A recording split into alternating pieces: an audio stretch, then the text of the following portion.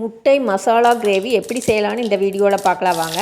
அதுக்கு ஒரு கடாயில் எண்ணெய் ஊற்றி கடுகு போட்டு கடுகு வெடித்ததுக்கப்புறம் 2 பெரிய வெங்காயத்தை போட்டு கூடவே வரமிளகா சேர்த்து நல்லா வதக்கிக்கலாம். வெங்காயம் நல்லா வதங்கிடுச்சு. அது கூட இப்போ 2 தக்காளி ஆட் பண்ணிக்கலாம். அதையும் சேர்த்து நல்லா வதக்கிக்கலாம். கூடவே மஞ்சள் தூள், மிளகாய் தூள், தனியாத்தூள் இதெல்லாம் ஒவ்வொரு ஸ்பூன் ஆட் பண்ணிக்கலாம். உப்பு தேவையான அளவு போட்டு தக்காளியை நல்லா வதக்கிக்கலாம்.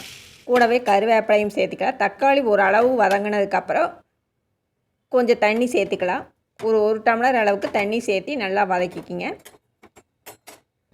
தக்காளி எல்லாம் நல்லா வதங்கி அந்த எண்ணெய் பிரிஞ்சு வர ஸ்டேஜில் தேங்காய் பால் ஒரு அரை மூடி தேங்காயை பால் எடுத்து சேர்த்துக்கலாம். தேங்காய் பால் இந்த மசாலாவோடு நல்லா மிக்ஸ் ஆகி ஒரு கொதி வரட்டு, அது வரைக்கும் க்ளோஸ் பண்ணி வச்சுக்கலாம். இப்போ நல்லா கொதி வந்துடுச்சு பாருங்கள். இப்போ 2 முட்டையை உடச்சி ஊற்றிக்கலாம்.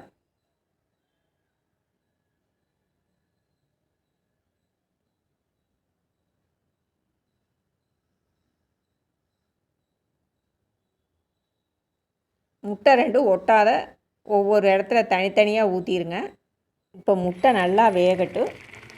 ஒரு சைடு வெந்ததுக்கப்புறம் இன்னொரு சைடு திருப்பி போட்டுக்கலாம்.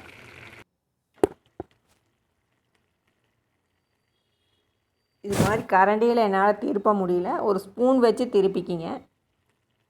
இது உடையாமல் திருப்புறது தான் நமக்கு இருக்கிற டாஸ்க்கு.